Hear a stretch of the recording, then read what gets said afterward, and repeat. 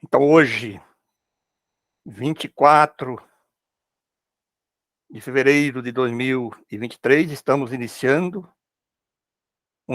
mais um estudo de O Livro dos Espíritos. Esse estudo é realizado pela Sociedade Espírita Obreiros do Senhor, Curitiba, Paraná. Aquelas pessoas que vai ficar disponível lá no canal do YouTube, e aquelas pessoas que entrarem lá, ou aquelas que estão assistindo aqui agora, podem entrar lá pelo nosso site, obreirodosenhor.org.br.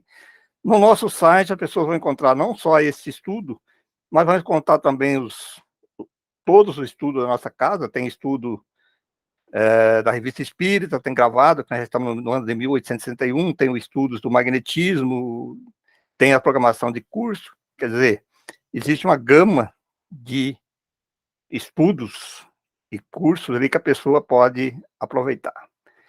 Para aqueles que gostam de acompanhar o estudo online, esse nosso estudo ele foi baixado, o PDF, da Federação Espírita Brasileira. Entrando lá no site da FEB, vocês vão encontrar lá nas obras básicas. Então, aquele livro lá, que está o Livro dos Espíritos, foi aquele livro lá, que ele é de uso público, né? Nós estamos abaixando ele, nós estamos fazendo o estudo em cima daquele PDF.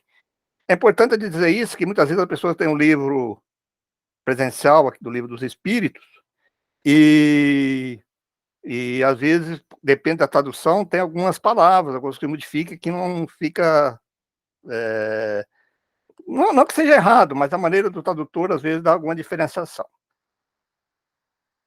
Então, dando continuidade no nosso estudo, então, O Livro dos Espíritos. O que nós vamos estudar no Livro dos Espíritos?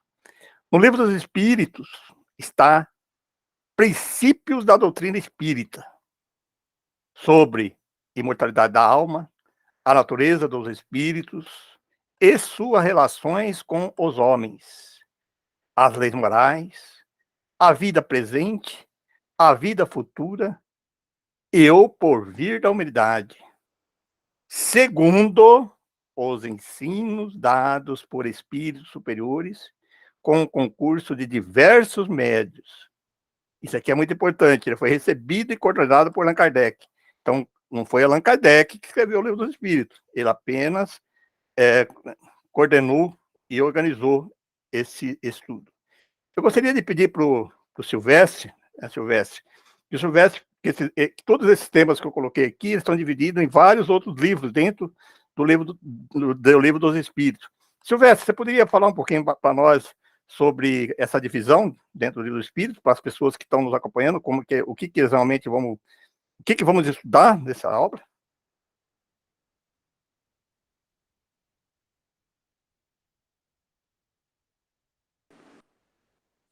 Pronto.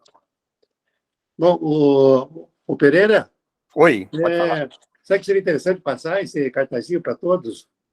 Depois pode colocar no grupo. Colocar no grupo? Isso. E agora é só comentar mais ou menos a divisão dos livros, né, para a pessoa entender. É que esse aqui faz exatamente isso, fala desse comentário, né? Sim, já pode ficar gravado aqui, né? Isso. Uhum.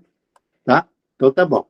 Então, o Livro dos Espíritos, né? Ele é dividido, aqui ele fala em primeiro livro, segundo livro, terceiro e quarto livros, né? Mas depende do tradutor, né? Então, normalmente, fala em parte, primeira parte, segunda parte, terceira e quarta. A primeira parte, ele fala das causas primárias, ou primeiras, e sobre a criação, de um modo geral, né? O segundo livro é do mundo dos espíritos, ou mundo espiritual, né? E o terceiro livro fala das leis morais. O quarto livro tem o título Esperanças e Consolações. Então, essas quatro partes, na primeira parte, ele começa ali com os atributos de Deus, né? Atributos de Deus. Deus, primeira questão, Deus. Quem é Deus, né? Depois vem os atributos de Deus e fala sobre os elementos da natureza, os três elementos iniciais da natureza, da criação. fala sobre o princípio vital, enfim, de um modo geral, sobre a criação. Na segunda parte, ele fala sobre o mundo espiritual ou dos espíritos, né? Então, ele vai tratar especialmente da relação entre os dois mundos, espiritual e mundo corporal. E vai falar da criação, aliás, da encarnação dos espíritos, da reencarnação, desse processo todo que trata da evolução, que é exatamente entre os dois planos. O espírito evolui alternando entre os dois planos, espiritual e material, né? E a terceira parte vai tratar das leis morais. Então, Kardec divide aliás, em 10 partes, né? Em 10 leis, que abrange todas as leis que, no sentido de nossa responsabilidade para com Deus, para conosco mesmo e para com o próximo, englobando todos os aspectos da lei moral. E a quarta parte, das esperanças e consolações, vai falar basicamente da vida futura, o que nos aguarda após essa passagem aqui pelo plano material. Então, basicamente, é isso. Ele dividido em 4 partes. Acho que seria interessante também, né, Pereira, aproveitar e falar que o Livro dos Espíritos, né, a primeira edição saiu com 501 questões e apenas 3 partes, que era a criação, a parte inicial, as leis morais e esperanças e consolações. Não tinha essa segunda parte que nós temos na versão atual, que nós usamos que foi usado na sequência, né? Então, não existia. Então, essas 501 questões, depois ele revisou e refundiu todas as questões e acrescentou essa segunda parte, que é exatamente as relações entre o mundo espiritual e as relações com o mundo corporal, né? E nessa segunda parte, aliás, a primeira edição saiu no dia 17 de 1857, né? abril de 1857, né? Isso, Desculpa, isso. É. abril de 1857. Qual é o dia mesmo? Fugiu agora. É. Abril de 1857. Foi a primeira edição do Livro dos Espíritos. 18 de abril, desculpe. Agora veio. 18 de abril de 1857. Foi a primeira edição do Livro dos Espíritos. A segunda edição depois saiu em março de 1860, já com 1.018 questões, comportando já com as 4 partes. E essa é a edição definitiva que nós temos até hoje. Então, tá aí. Isso. Então tá aí, pessoal. Só para dar uma palhinha para vocês, o que nós vamos ver aí durante todo esse estudo. Além de tudo essa que o Silvestre colocou, Kardec dividiu nessa parte que nós vamos fazer agora, iniciamos agora, que é a introdução, né? E tem o prolegômenos, né? E também no final tem o nome agora, ele finaliza no final lá, uma finalização onde que ele faz a conclusão. Isso, ele faz a conclusão. Tá, agora nós estamos falando aqui, e eu sei que aconteceu comigo, alguns de vocês aí, a maioria de vocês já viram falar tanto do Livro dos Espíritos, doutrina espírita, Livro dos Espíritos, e aí fala, mas é por Allan Kardec. Então é importante também, quando a gente vai estudar qualquer obra, qualquer livro, entender quem que é o autor. Então vamos ver agora um pouquinho quem é Allan Kardec, né? Então aqui nós pegamos aqui uma biografia Dilva Frazão, que é uma biblioteconomista e professora, né? E ela fez uma biografia de Allan Kardec. Então, começa assim. Eu acho muito importante isso, porque muitas pessoas ainda até hoje têm dúvida de quem foi Kardec, né? Então é importante a gente saber quem era Kardec, né? Então, Allan Kardec, 1804 a 1869. Foi em março de 1809 que ele desencarnou. Foi um importante propagador, codificador da doutrina espírita. Foi educador, escritor, tradutor francês. Aqui vem o mais importante. Allan Kardec é o pseudônimo de Hippolyte Léon Denisard Rivail. Então, ele mudou o nome para Allan Kardec, para não tirar, para não ter o nome que já era uma pessoa famosa, um estudioso famoso, que estudava parte da literatura, ele não quis misturar as coisas, então ele começou a utilizar Allan Kardec, e depois nós vamos falar um pouquinho por que ele utilizou Allan Kardec. Ele nasceu, Hippolyte Léon Denisard Rivail, nasceu em Lyon, França, no dia 3 de outubro de 1804. Filho do juiz Jean-Baptiste Antoine Rivail e de Gianni-Louise Boamel, descendente de antigas famílias católicas de Leão. Da pré-adolescência aos 20 anos de idade, conviveu com o protestantismo. Kardec iniciou seus estudos em sua cidade natal e, desde jovem, mostrou-se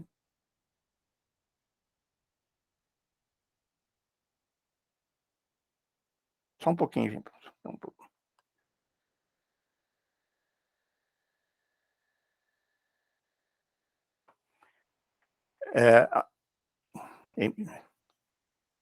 Kardec iniciou seus estudos em sua cidade natal desde jovem e mostrou inclinação para o estudo da ciência da filosofia. Foi levado para o famoso Instituto de Educação Pestalozzi, em Yverdon, Suíça, onde estudou até formar-se em pedagogo em 1824. Allan Kardec, educador. Então vamos ver agora a parte do Allan Kardec. Veja bem, ele era estudioso de Pestalozzi, que é um famoso na área da educação da época, né? Então, após retornar para Leão, dominando vários idiomas, entre eles alemão, inglês, holandês, italiano e espanhol. Allan Kardec traduziu para o alemão diversas obras didáticas de educação. Em 1828, junto com sua esposa Amélie Gabrielle Boudet, fundou um grande estabelecimento de ensino e passou a lecionar. Em 1830, alugou uma casa na rua Sèvres, onde oferecia palestras e cursos gratuitos de química, física, anatomia comparada, astronomia, etc. Aqui só uma reflexão que nós temos que fazer. Você imagina que naquela época, uma pessoa, um mestre, um professor que lecionava, que dava aula, ele tinha um amplo conhecimento. Você vê, não era, hoje as pessoas têm muita divisão, então é um professor de química, um professor de literatura, um professor não sei o quê.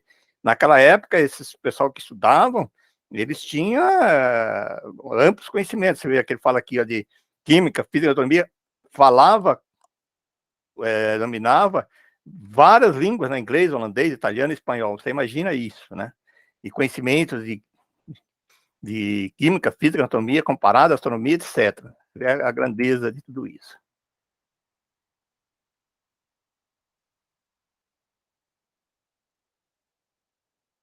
Allan Kardec tornou-se membro de várias sociedades eruditas, entre elas a Academia Real de Arras, em 1831. Lhe concedeu o prêmio de honra por ensaio intitulado Qual é o sistema de estudo mais harmonia com a necessidade da época? É um título com uma pergunta, né? Publicou diversas obras educativas. Aqui a gente já vai dando aí uma visão do preparo que tinha Allan Kardec, né? Agora sobre o espiritismo, né? Entrando na parte do espiritismo. Durante vários anos, Allan Kardec foi secretário da Sociedade de Frenologia de Paris e participou ativamente de trabalhos da Society of Magnetism, dedicando-se à investigação do sonambulismo, do transe, da clarividência e de vários outros fenômenos.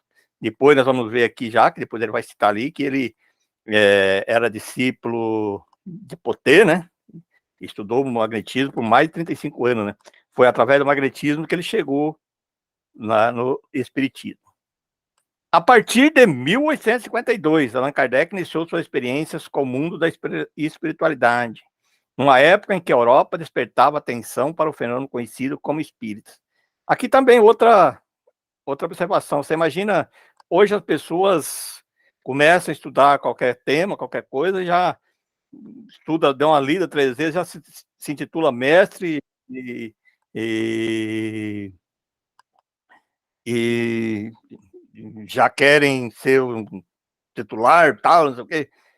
Em 1852, o livro dos Espíritos foi publicado em 1857, estudando.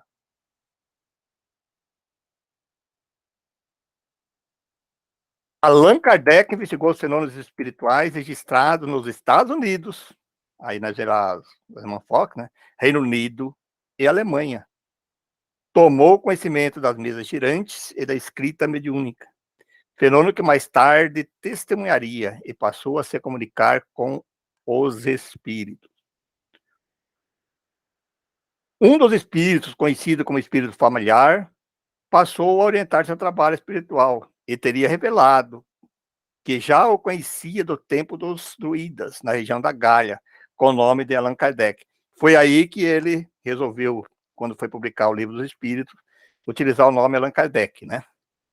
A partir de então, ele abriu mão de sua unidade das atividades profissionais para tornar-se Allan Kardec, nome que teria origem em encarnações anteriores. O Livro dos Espíritos. Em 1857, com o pseudônimo de Allan Kardec, ele publicou o Livro dos Espíritos, onde expôs uma nova teoria da vida e do destino humano. O livro obteve rápido sucesso de vendas. Logo após a publicação do livro, Allan Kardec fundou a Sociedade Parisiense de Estudos Espíritas, da qual foi presidente até sua morte. Posteriormente, associações semelhantes foram criadas em todo o mundo.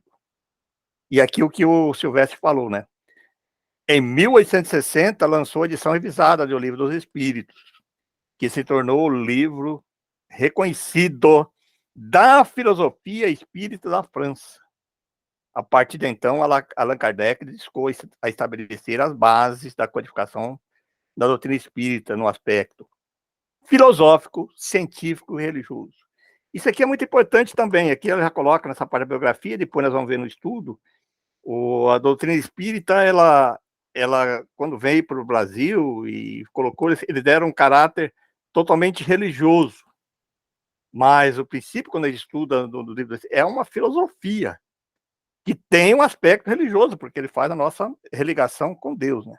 Então aqui já começa. E científico também, porque ele necessita sempre ser comprovado cientificamente. Até hoje ninguém conseguiu contrapor todos aqueles pontos científicos que foi colocado, né? Kardec fundou e dirigiu a Revista Espírita, dedicada à defesa dos pontos de vista expostos no Livro dos Espíritos. Está aí também outra obra que nós estudamos já há alguns anos, como disse para vocês, né? Que é a Revista Espírita, onde que ele vai debatendo todos esses temas que é colocado no Livro dos Espíritos, e que depois ele foi acrescentando muito desses debates, daquelas muitas apresentações que ele ia colocando ali na Revista Espírita. Ele usou para fazer, para quando ele editou o Livro dos Médiuns, a própria Gênese, né? Allan Kardec faleceu em Paris, França, no dia 31 de março de 1879, vítima de um aneurisma. Seus restos mortais foram enterrados no cemitério Père-Lachaise, Paris. Obras do professor Hippolyte. Agora, olha para você ver assim, o Hippolyte, né? Que é o Plano Propostos para Melhorias das Instruções Públicas, 1828. Curso Prático e Teórico da Aritmética, Gramática Francesa Clássica, 1831. Catecismo Gramatical da Língua Francesa, 1848. Ditados especiais sobre a dificuldade da ortográficas, 1849. Agora, as obras como Kardec, né? Então vem o livro dos Espíritos, a obra filosófica, que eles colocam aqui, né, 1857, a Revista Espírita, que veio de 1858 a 1879, né? O que é o Espiritismo? A obra filosófica, 1859. Está aí também um livrinho que ele é pequeno até em páginas, mas é um livro muito bacana de estudar, para quem gosta de estudar. O Livro dos Médios, obra experimental e científica, 1861. O Espiritismo e sua expressão mais simples, 1862. O Evangelho segundo o Espiritismo, a obra moral. Aí que tem essa ligação religiosa, né, com o Evangelho. O Céu e o Inferno, a Justiça de Deus segundo o Espiritismo, 1855. Também está aí uma obra também muito rica para estudar, né? Todas são bacanas, de acordo com cada um gosta, mas o Céu e o Inferno também é bem bacana. Viagem Espírita, em 1872, relatos. Em 1802 ele fez várias viagens, né? Então ele faz o relato, né? Isso aí também tá, essas viagens espíritas, ela está dentro do próprio Revista Espírita, ele tem lá, mas aí foi colocado um livro à parte, né? A Gênesis e os Milagres e as Periodizações, obra científica, 1808. E depois teve uma obra póstuma em 1890. Bom, esse aí é o Kardec. Agora, aquilo que eu falei também, que é importante, a questão aqui, por isso que nós temos questão de pegar baixar um PDF que está dentro da Federação Espírita Brasileira, e aqui também nós vamos falar um pouquinho do tradutor, né?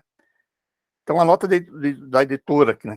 A tradução dessa obra devemos ao saudoso presidente da Federação Espírita Brasileira, Dr. Guilão Ribeiro, engenheiro civil, poliglota e vernaculista. Rui Barbosa, em seu discurso pronunciado na sessão de 14 de outubro de 1903, Anais do Senado Federal, volume 2, página 717, referindo-se ao seu trabalho de revisão do projeto do Código Civil, trabalho monumental que resultou na réplica e que lhe imortalizou o nome como filólogo e purista da língua, disse: devo, entretanto, senhor presidente, desempenhar-me de um dever de consciência, registrar e agradecer da tribuna do Senado a colaboração preciosa do senhor Dr. Guilão Ribeiro, que me acompanhou nesse trabalho com maior inteligência, não limitando os seus serviços à parte material do comum dos revisores, mas muitas vezes suprindo até as desatenções e negligências minhas.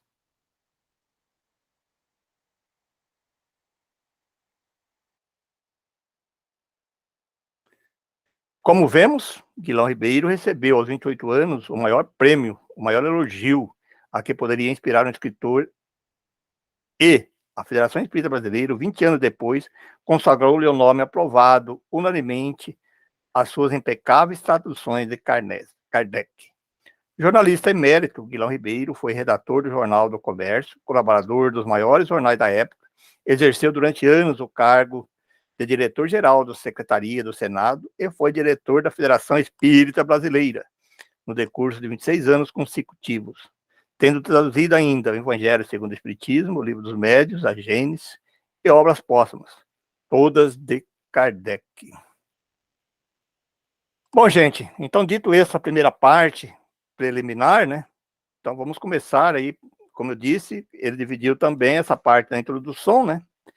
E a parte da introdução aqui é para a gente já saber exatamente como que foi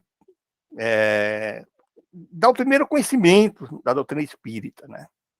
Introdução ao estudo da doutrina espírita. 1. Começa assim. Para se designar as coisas novas, são preciosos termos novos. Assim o exige a clareza da linguagem, para evitar confusão inerente à variedade de sentido das mesmas palavras. Os vocábulos espiritual, espiritualista, espiritualismo têm acepção bem definida. dar-lhe outros para aplicá-los à doutrina dos espíritas, fora multiplicar as causas numerosas de anfibologia, né? Então, aí ele se refere aí àquela disposição das palavras, de modo a poder atribuir mais de um sentido, né? Que a anfibologia é isso, né? Com efeito, o espiritualismo é o oposto do materialismo. Quem quer que acredite em si alguma coisa mais do que matéria é espiritualista. Não segue daí, porém, que creia na existência dos espíritos ou em suas comunicações com o mundo visível. Aqui já é um ponto importante de nós conversarmos um pouquinho. Então, por exemplo, a igreja, o catolicismo, ele é espiritualista. Eles acreditam.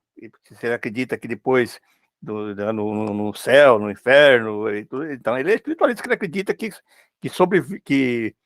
o espírito ele sobrevive à morte, né? Existe um espírito, uma alma que eles colocam lá. Assim como os evangélicos, tá? Mas não quer dizer que eles são espíritas, né? Porque aí que vai, aqui dando sequência aqui, para vocês entenderem, não segue daí para que ele creia na existência dos espíritos ou em suas comunicações com o mundo invisível. Isso é importante vocês refletirem quando a pessoa falar de uma pessoa espiritualista e de uma pessoa espírita.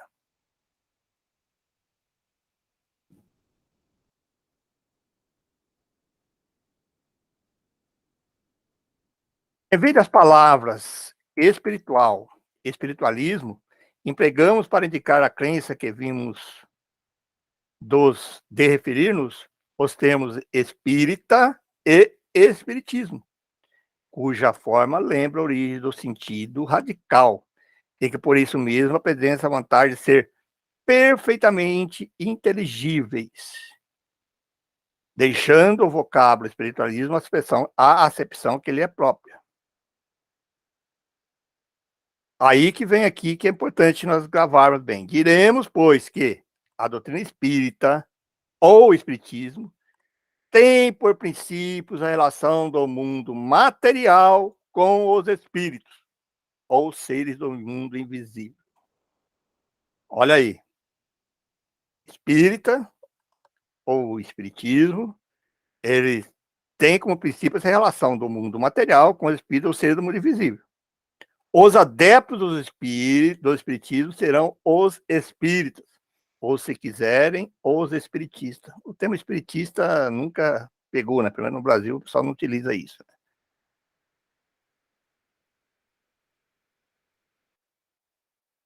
Se houvesse alguma colocação sobre isso? Tudo bem até aí?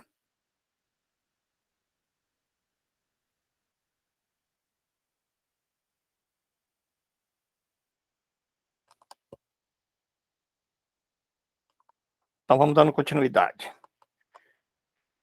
Há outra palavra acerca da qual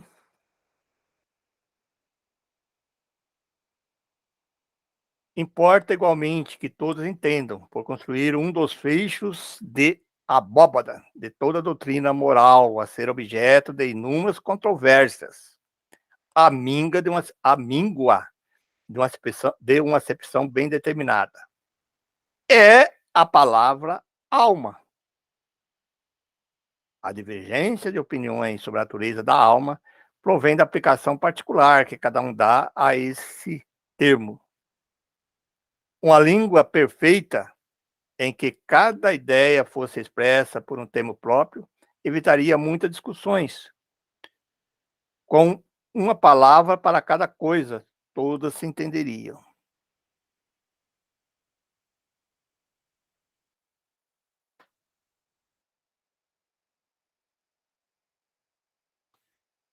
Segundo uns, a alma é o princípio da vida material, orgânica. Não tem existência própria, se aniquila com a vida. É o materialismo puro.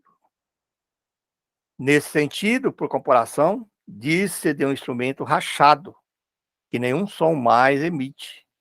Não tem alma. De conformidade com essa opinião, a alma seria o efeito, não a causa.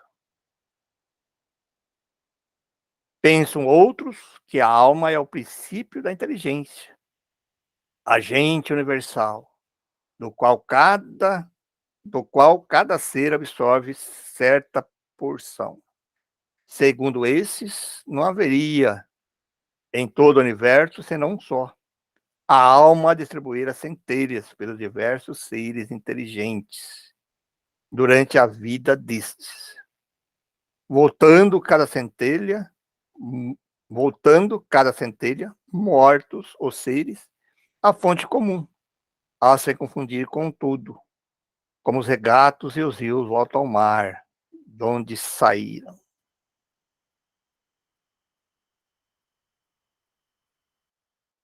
Essa opinião difere-se da precedente, em que, nessa hipótese, não há em nós somente matéria, subsistindo alguma coisa após a morte.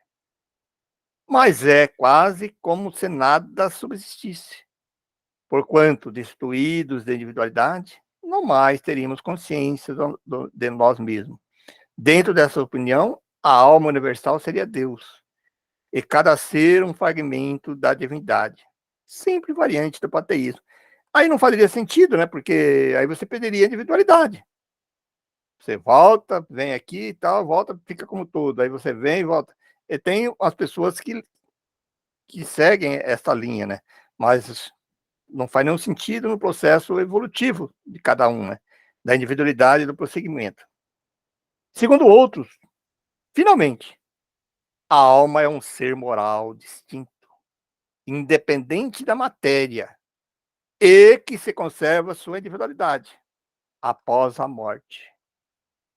Essa acepção é, sem contradita, a mais geral, porque debaixo de um nome ou de outro, a ideia desse ser que sobrevive o corpo se encontra no estado de crença instintiva, não derivada de ensino entre todos os povos, qualquer que seja o grau de civilização de cada um. Essa doutrina, segundo a qual a alma é causa e não efeito, é a dos espiritualistas. Sem discutir o mérito de tais opiniões, e considerando apenas o lado linguístico da questão, diremos que essas três aplicações do termo alma correspondem a três ideias distintas para serem expressos três vocábulos diferentes. Aquela palavra tem, pois, tríplice acepção a cada um do seu ponto de vista. Pode com razão, defini-la como faço. O mal está em a língua dispor somente de uma palavra para exprimir três ideias.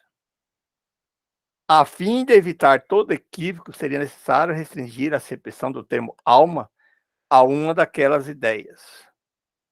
A escolha é indiferente. O que se faz mister é o entendimento entre todos, reduzindo o problema a uma simples questão de convenção. Aí agora vem, segundo Kardec, né? Julgando mais lógicos tomá-la na sua acepção vulgar, por isso chamamos alma ao ser imaterial e individual, que em nós reside e sobrevive ao corpo. Mesmo quando esse ser não existisse, nada passasse de produto da imaginação. Ainda assim, seria preciso um termo para designá-lo. Na ausência de um vocábulo especial para a tradução de cada uma das duas outras ideias, que corresponde à palavra alma, denominamos princípio vital, o princípio da vida material e orgânica, qualquer que seja a fonte de onde promane o princípio. Esse comum a todos os seres vivos, desde as plantas até o homem. Pois que pode haver vida com exclusão da faculdade de pensar, O princípio vital é coisa distinta, independente. A palavra vitalidade não daria a mesma ideia. Para uns, o princípio vital é uma propriedade da matéria, um efeito que se produz achando-se a matéria em dadas circunstâncias. Segundo outros, esta é a ideia mais comum. Ela reside em um fluido especial, universalmente espalhado, e do qual cada ser absorve e assimila uma parcela durante a vida, tal como os corpos inertes absorvem a luz.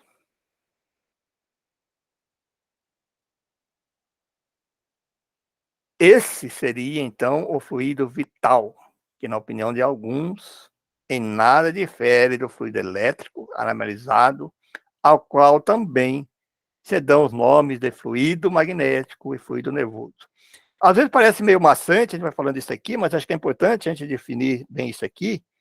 E o Kardec, ele fala com bastante propriedade nisso, como ele já disse, que ele estudava o magnetismo. Para nós, já que estudamos magnetismo também há muitos anos e trabalhamos com magnetismo, para nós fica bem claro essas questões quando fala de fluido vital. Mas eu sei que para muitos de vocês isso ainda fica um pouco confuso.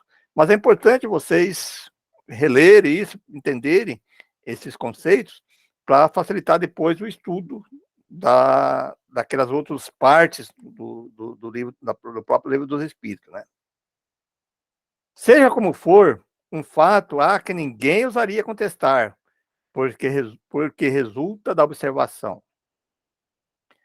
É que seres orgânicos têm uma força íntima que determina o fenômeno de vida, enquanto essa força existe.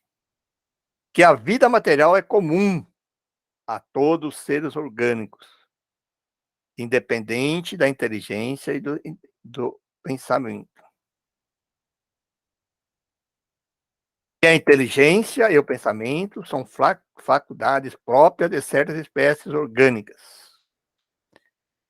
Finalmente, que entre as espécies orgânicas dotadas de inteligência e de pensamento, há uma dotada também de um senso moral especial, que lhe dá a incontestável superioridade sobre as outras, a espécie humana. Aqui também é uma questão que ele fala, que ele coloca aqui, que eu acho que é importante a gente comentar um pouquinho, porque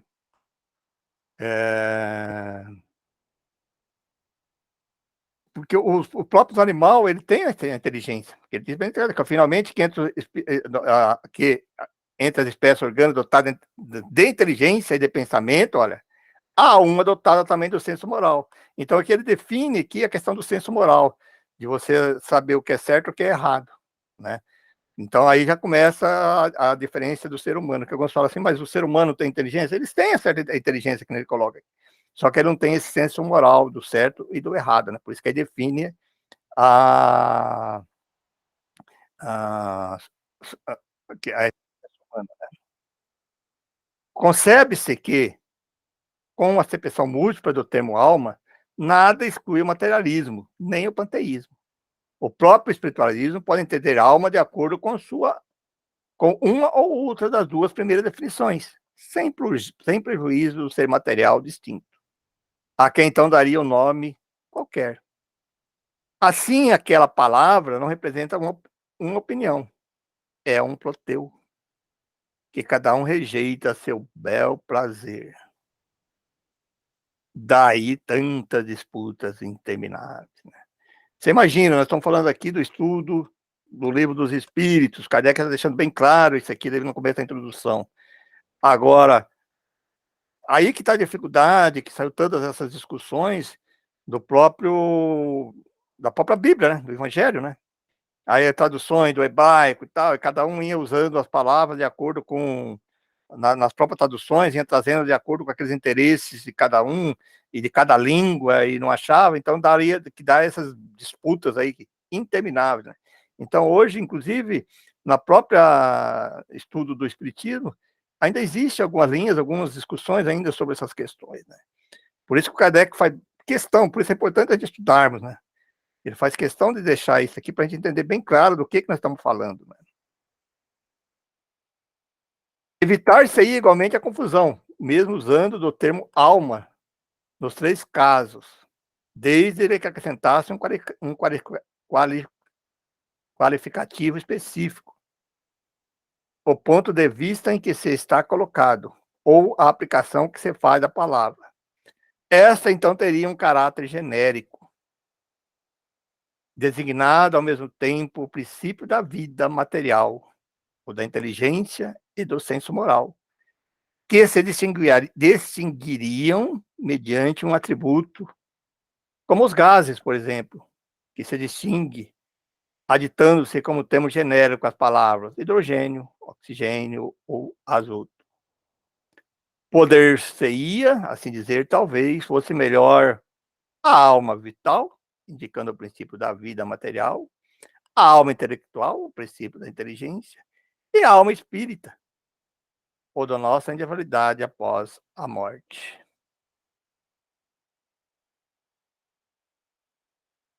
Como você vê, tudo isso não passa de uma questão de palavras, mas questão muito importante, quando se trata de nos fazermos entendidos. De conformidade com essa maneira de falar, a alma vital seria comum a todos os seres orgânicos, plantas, animais e homens. A alma intelectual pertenceria aos animais e aos homens. Olha aí a diferença aí agora, né? E a alma espírita, somente aos homens, que daí já vem aquela questão do senso moral, né? Julgamos dever insistir nessa explicação, pela razão de que a doutrina espírita reposa naturalmente sobre a existência em nós de um ser independente da matéria e que sobrevive ao corpo.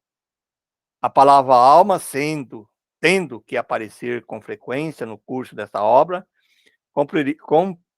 cumpria fixasse bem o sentido que lhe atribuímos, a fim de evitarmos qualquer engano.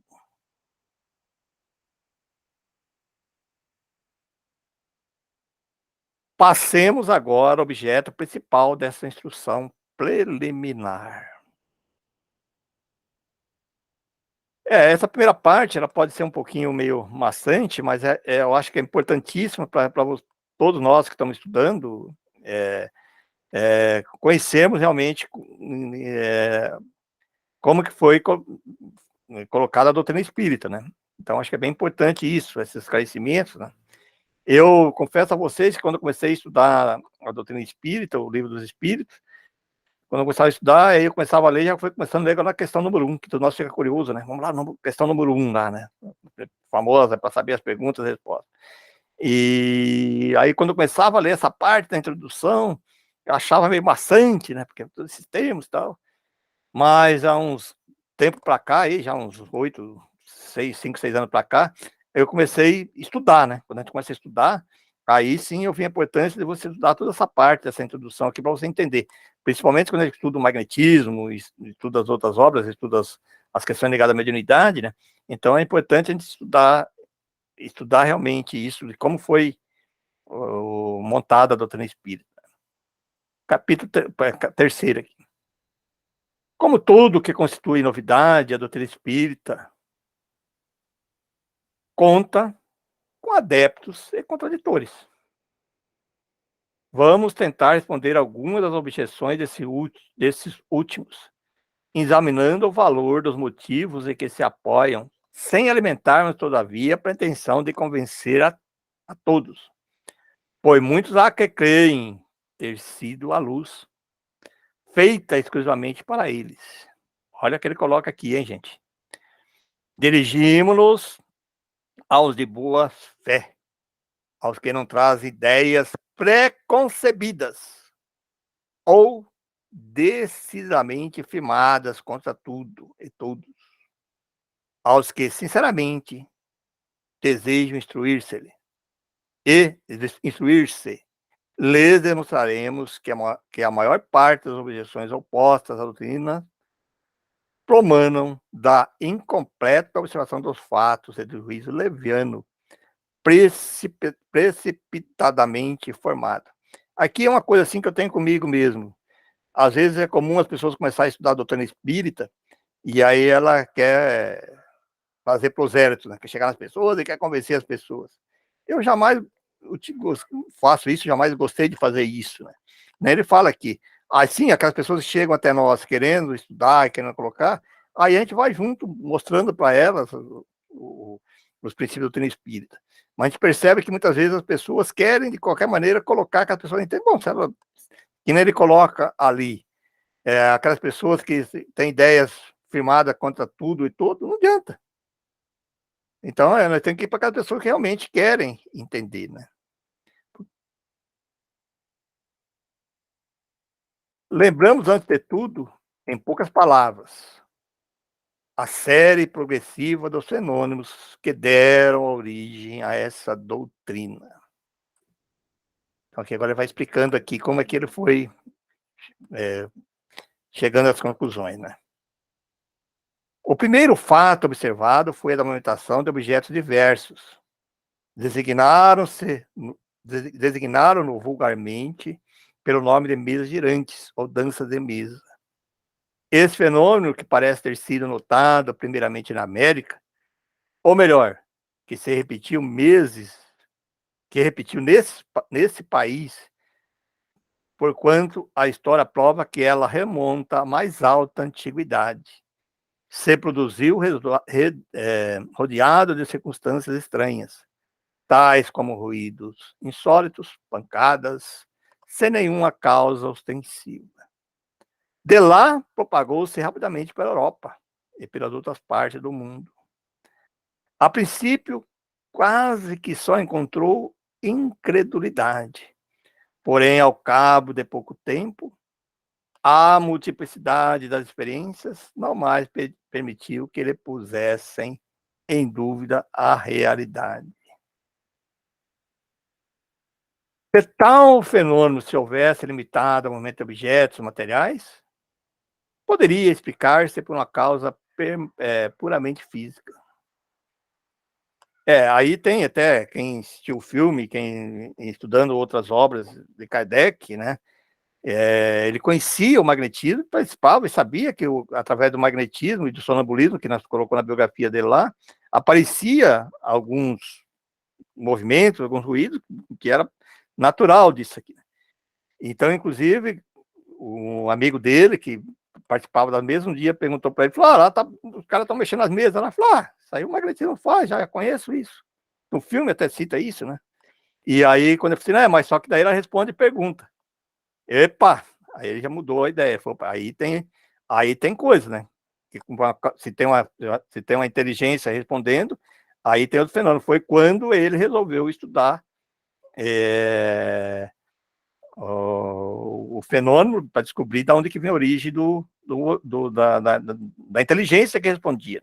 Foi por aí que ele começou a codificar e começou a analisar e foi descobrindo aí, sim, toda essa relação do mundo espírita, né? Estamos longe de conhecer toda a gente oculta a natureza, ele falou. Ou todas as propriedades dos que conhecemos. A eletricidade multiplica diariamente os recursos que proporciona ao homem e parece destinada a iluminar a ciência com a nova luz. Nada de impossível haveria, portanto, em que a eletricidade modificada por certas circunstâncias ou qualquer outro agente desconhecido fosse causa do momento observado. A gente está falando. Fato que a reunião de muitas pessoas aumenta a possibilidade de ação. Parecia vir em apoio dessa teoria, visto poder considerar o conjunto dos assistentes como uma pilha múltipla, com seu potencial razão direta do número dos elementos. O movimento circular nada apresentava de extraordinário. Ele conhecia bem isso. Está na natureza. Todos os astros se movem em curvas elipsoides. Poderíamos, pois, ter ali, em ponto menor, um reflexo do movimento geral do universo. Ou melhor, uma causa até então desconhecida, produzindo acidentalmente, como pequenos objetos em dadas condições, uma corrente análoga que impele os mundos. Para ele, a primeira análise dele foi essa, né? O movimento, no entanto, nem sempre era circular. Muitas vezes era brusco e desordenado, sendo o objeto violentamente sacudido, derrubado, levado numa direção qualquer e, contrariamente a todas as leis da estática, levantando e mantido em suspensão. Ainda que nada havia que não pudesse explicar pela ação do agente físico invisível. Não vemos a eletricidade deitar por terra de edifícios, desarraigar árvores, atirar longe os mais pesados corpos, atraí-los ou repeli-los? Os ruídos insólitos, as pancadas, ainda que não fosse um dos efeitos ordinários da dilatação da madeira ou de qualquer outra causa acidental, podiam muito bem ser produzidos pela acumulação de um fluido oculto. A eletricidade não produz formidáveis ruídos? Até aí, como se vê, tudo pode caber ao domínio dos fatos puramente físicos e fisiológicos. Sem sair desse âmbito de ideias, já ali havia, no entanto, matéria para estudos sérios e dignos de prender a atenção dos sábios. Por que isso não aconteceu? Pergunta. É penoso dizê-lo, mas o fato deriva de causas que provam, entre mil outros semelhantes, a leviandade do espírito humano, a vulgaridade do objeto principal que serviu à base das primeiras experiências não foi alheio à indiferença dos sábios.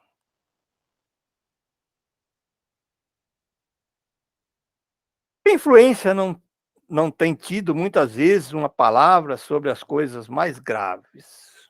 Que influência, hein? Sem entender a que o movimento podia ser impresso a um objeto qualquer, a ideia das mesas prevaleceu sem dúvidas, por ser objeto mais cômodo e porque a roda de uma mesa, muito mais naturalmente do que em torno de qualquer outro móvel, se sentam diversas pessoas. Ora, os homens superiores são como frequências tão pueris que não há como ter por impossível que certos espíritos de escola hajam considerado deprimente ocuparem-se com o que se convencionaram chamar a dança das mesas. É mesmo provável que seu fenômeno observado por Galvani, ou fora homens vulgares, eficácia caracterizada por um nome burlesco, ainda teriam relegado a fazer companhia à varinha mágica. Esse Galvani, que vai colocar aqui para frente, aqui, foi das rãs, né? Qual, com efeito, o sábio que não haver julgado com dignidade ocupar-se com a dança da rã? Então, esse Galvani, ele fazia pesquisas com rãs, né? Ele dessecava as rãs, e aí ele percebeu que colocava as rãs lá no varal lá e via que as rãs começavam a se mexer, né? Então, por isso que é chamada dança das rãs. E aí ele foi, eu queria observar por que a rã, mesmo depois de morta, tudo, depois de tirado, dessecada tudo, ela se mexia, né? Alguns, entretanto, muito modestos para conviverem, em que bem poderia dar-se, não lhes ter ainda a natureza dita a última palavra, quiseram ver para a tranquilidade de suas consciências. Mas aconteceu que o fenômeno nem sempre lhe correspondeu à expectativa. E, de fato, de não se haver produzido constantemente conforme a vontade deles, segundo a matéria, segundo a maneira de comportarem na experiência, concluíram pela negativa. Aí as pessoas queriam observar e os espíritos não estão à disposição das pessoas. Chegavam lá e não acontecia o que eles queriam ver lá, então, isso aí não dá nada, né? Ele negava tudo. Malgrado, porém, o que decretaram as mesas, porque as mesas continuaram a girar. E podemos dizer, como Galileu, todavia, elas se movem. Acrescentamos que os fatos multiplicaram de tal modo que hoje são aceitos, sem contestação, não mais se cogitando senão deles acharam a explicação racional.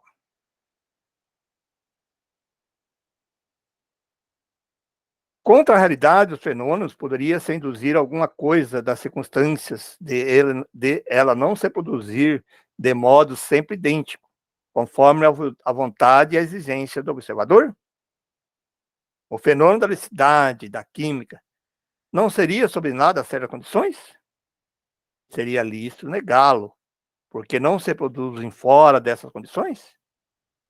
Que há, pois, de surpreendente em que o fenômeno do movimento dos objetos pelo fluido humano também se achasse sujeito a determinadas condições, deixe de se produzir quando o observador colocado-se no ponto de vista pretende fazê-lo seguir a marcha que capciosamente lhe impunha ou queira sujeitá-los à lei dos fenômenos conhecidos, sem considerar para fatos novos, deve haver novas leis? Ora, para se conhecer essas leis, preciso que estudem circunstâncias e que os fatos se produzam. E esse estudo não pode ser fruto da observação perseverante, atenta e às vezes muito longa.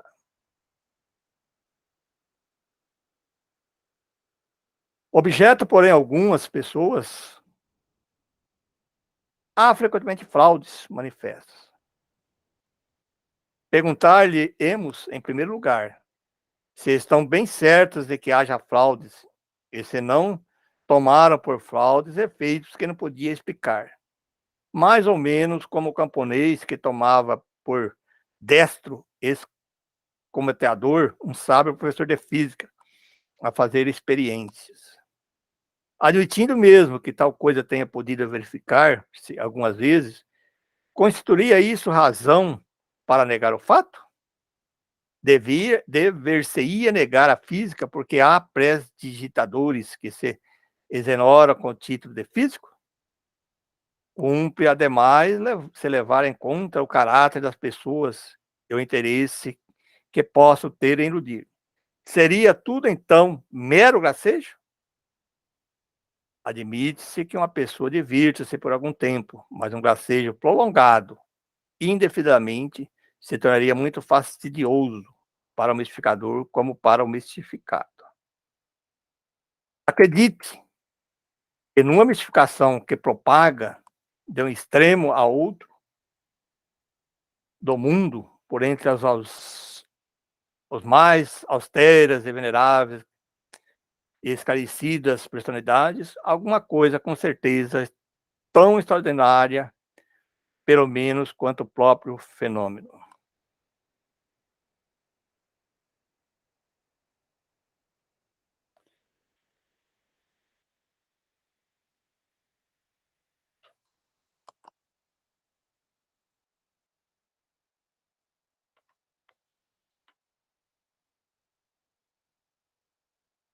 Bom, gente, vamos parar por aqui hoje, né? Que é meio. Essa primeira parte era um pouquinho massiva, né? Então ela fica um pouquinho cansativa. Então, para não prolongar muito, nós vamos parar ali no capítulo 5. Se houver, você marca aí o local que parou aí para nós, para depois nós começar na próxima semana, né? Então, o teu microfone está desligado, se tivesse. O microfone está ali desligado. Tá. É no item 4 da introdução, né? Isso. Então, gente, essa primeira parte aí, ela é meio até um pouquinho cansativa, porque ela é meio. Ele está contando como foi colocado, né? Foi feito do Tânia Espírita, mas eu acho que é importante, né? Por isso que não vamos prolongar muito, fazendo um curso mais. Senão vai ficando meio cansativo, né? Vai ficando, né, ficando improdutivo. Silvestre, gostaria de fazer algum comentário? Uhum. Eu gostaria de. Até as 8 horas, né? É isso? Isso, então, o horário, mas pode ir. Passamos não um pouquinho. Não tem problema. Mas só um comentário rapidinho, só uma observaçãozinha. Desculpe. Com relação aos tradutores, ele só citou um tradutor, né? Que é o Quilom Ribeiro, né? E são, na verdade, tem outros aí famosos também, o Salvador Gentili, né? Lá do Instituto de Difusão de Arárias, tem o de São Paulo, temos o José Herculano Pires também, E tem outros tradutores também, são os maiores, os principais, né? E outra questão também, com relação à biografia do Kardec, a gente observa que há bastante divergência em determinados pontos em relação à história dele, né? Então, com certeza, vocês vão encontrar outros que vão falar coisas diferentes do que foi falado aqui. E então, mas os pontos principais, esses são inquestionáveis, né? É o que importa realmente, né? Os detalhes secundários, são acessórios, né? Então, aí vai, por exemplo, como ele falou ali, ó, 1852, né, que ele começou a fazer o estudo, né? Na verdade, não, porque 852, aliás, 854 foi que tomou contato com a primeira reunião mediúnica. Foi só em 55 que ele realmente começou a estudar. Então, são os detalhezinhos só. Isso vamos encontrar, com certeza. Tá bom? Não, é bacana que você colocou isso. Eu só apenas citei ali a questão do, a questão do tradutor ali, que foi a que eu peguei da Federação Espírita Brasileira, porque cada pessoa que eu concordo com você, existe outros, não é um que é melhor ou pior do outro. Então, para seguir uma linha, para vocês acompanharem, para não ficar, às vezes a pessoa vai pegar uma tradução e vai estar acompanhando aqui, que nós estamos falando ali no livro, e vai ver uma coisa um pouquinho diferente no contexto ali, né, a tradução. E aí fala, mas está errado, não está errado, é que daí você tem que ler todo o texto, tal, né, cada um seguir uma linha. Claro, e ali é importante também, eu acho que o mais importante de tudo isso aí, que o Silvestre colocou, a importância da preparação do Kardec, né, do Hipólito Leão Denisard, que toda aquela bagagem que ele tinha já como estudioso, né, ele era um pedagogo estudioso de vários temas, de vários assuntos, com vários livros escritos, quer dizer, era uma pessoa bem conhecida, e ele optou para mudar o nome, inclusive, para não misturar isso, para não, por exemplo, para a pessoa não comprasse o livro dos Espíritos, porque era de Hipólito Leão Denisard, né? Ele queria comprar com Allan Kardec para diferenciar uma coisa da outra, né? Da coisa espiritual da coisa física dele, né? Então, acho que aí que é importante. E a preparação que ele tinha realmente era muito grande, né? Um estudioso, né? Na época, né? Ele era bem conhecido já. Ele cita ali aquelas obras, várias obras dele, né? E ali, se a gente pegar ali, depois tem outra parte de outras obras que a gente pegamos lá, que ele já estudava, depois aqui também ele coloca um pouquinho, ele estudava o magnetismo há 35 anos, quer dizer, quando ele fala que ele estudava o sonambulismo, ele conhecia essas partes dos fenômenos físicos. Aí sim, eu concordo com você que você colocou, que quando ele começou a fazer a experiência mesmo, no começo ele chamou a atenção dele, começou a estudar ali, montar ali aquela característica aí. Quando ele começou a fazer a experiência com o espírito de 1855, sim, daí ele já tinha tudo montado, já, isso aqui agora, isso aqui, aí ele começou, assim, assumiu a, a experiência, né, vamos dizer assim, para agora eu vou ali, vou observar e começar a fazer as anotações dele para depois formar o livro do espírito. Isso não, por isso que eu falo, que não dá para entender que o livro do espírito surgiu assim, de repente, não, né? Ele já vinha vindo, ele chegou a todas as conclusões. Bem bacana. Não, e também essa questão, você colocou sobre a questão da religião, Kardec não esperava, não tinha nenhuma intenção de fundar a religião, não. Não. Ele, na verdade, se a gente voltar um pouquinho, vai ver lá o que é o Espiritismo. É o Evangelho redivivo, é o Consolador prometido. E esse veio para todas as religiões, não para uma determinada religião. O próprio Jesus não veio com a intenção de fundar a religião. O Evangelho é universal, é para todos. Não é para uma religião cristã só. Os outros também têm os mesmos princípios, de outra forma, de outra maneira, mas a essência é a mesma. Ou então o Evangelho é universal. E o Espiritismo veio exatamente o quê? Para esclarecer, para completar, para ampliar o quê? O Evangelho. Por isso que ele usa o termo, gosta de usar o termo da filosofia, né? Porque a filosofia é isso, é pergunta e resposta. Vem responder aquelas ligações. Então você vai, pela lógica, né? Então a religião, é aí que veio. O Jesus, ele não veio, porque dá impressão de religião, aquela coisa assim dogmática, que tem uma linha sacerdotal, que não sei o que, então não é esse o objetivo, nunca foi do Espiritismo. Agora, ela tem um aspecto religioso por causa disso, que é a religação com Deus, né? Que é o Consolador, está lá no Evangelho, que o Cristo,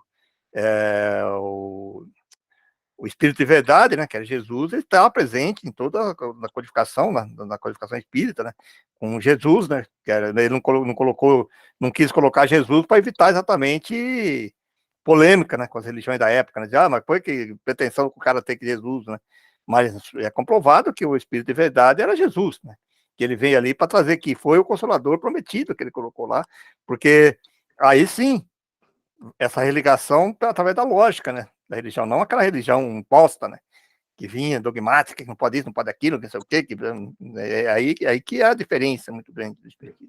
Inclusive, o Kardec define a doutrina espírita como uma ciência, uma filosofia de consequências morais. Isso, né? É isso aí. Perfeito. Gente, tá aí. Espero, não sei, espero que vocês gostaram, mas a primeira parte, como disse para vocês, é um pouquinho maçante, mas quando nós chegarmos nas perguntas e respostas, já ficando um pouquinho melhor. Dúvidas, questionamentos, releiam isso aí, depois eu posso até colocar o PDF, eu pego o PDF lá da Federação Espírita Brasileira, vai analisando alguns termos que vocês acharam que não ficou bem claro, que precisa de esclarecimento, coloque lá no grupo, nós podemos revisar no próximo estudo, né, Silvestre? Coloca dúvidas, fala tal tema assim, eu não entendi direito, que aí nós revisamos, né? E essa parte é um pouquinho mais só de esclarecimento, né, de orientação. Tudo bem? Só um detalhe, eu também, estudando a introdução, que a introdução normalmente fala sobre a obra, o conteúdo da obra.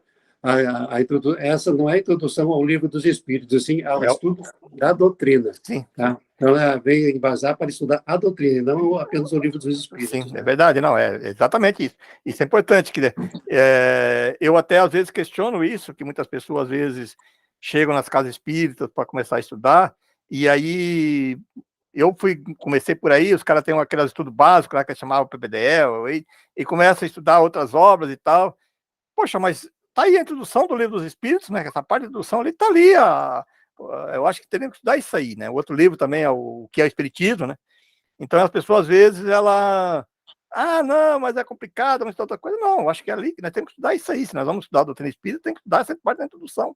E depois vem o Paulo Legômenos, né, que daí vai falar um pouquinho mais sobre a obra mesmo do livro do Espírito, que daí já começa a ficar mais claro, né, os estudos.